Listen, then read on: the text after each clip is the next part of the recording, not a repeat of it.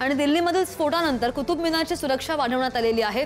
देशभरातील सुरक्षा यंत्रणा अलर्ट मोडवर आहेत। मोठ्या शहरांसह किनारपट्टीला सुद्धा अलर्ट जारी करण्यात आलेला आहे। दिल्लीमधील जो स्फोट झाला त्यानंतर कुतुब मिनारची सुरक्षा सुद्धा वाढवलेली आहे। पुन्हा एकदा जर आमचे प्रतिनिधी शिवाजी यांच्याकडे। शिवाजी, दिल्लीच्या आणखी कोणकोणत्या भागामध्ये हाय अलर्ट जारी करण्यात आलेला आहे? सुरक्षा यंत्रणा तिथे आहे आणि सुरक्षा कोणकोणत्या ठिकाणांची वाढवली गेली आहे?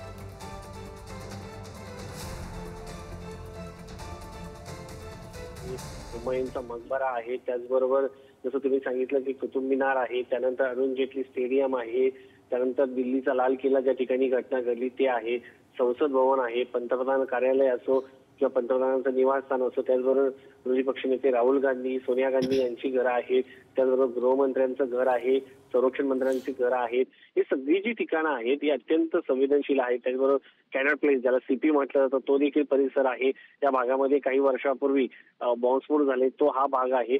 तर एकंदरीत जर पाहिलं तर या सगळ्या भागामध्ये सध्या सुरक्षा व्यवस्था जी आहे ती चोख करण्यात आलेली आहे। कुतुब मिनार जो आहे त्या दिल्लीपासून काही किलोमीटर अंतरावर असलेला एक ऐतिहासिक स्थळ आहे आणि त्या ठिकाणी आता सुरक्षा व्यवस्था जी आहे ती वाढवण्यात आलेली आहे।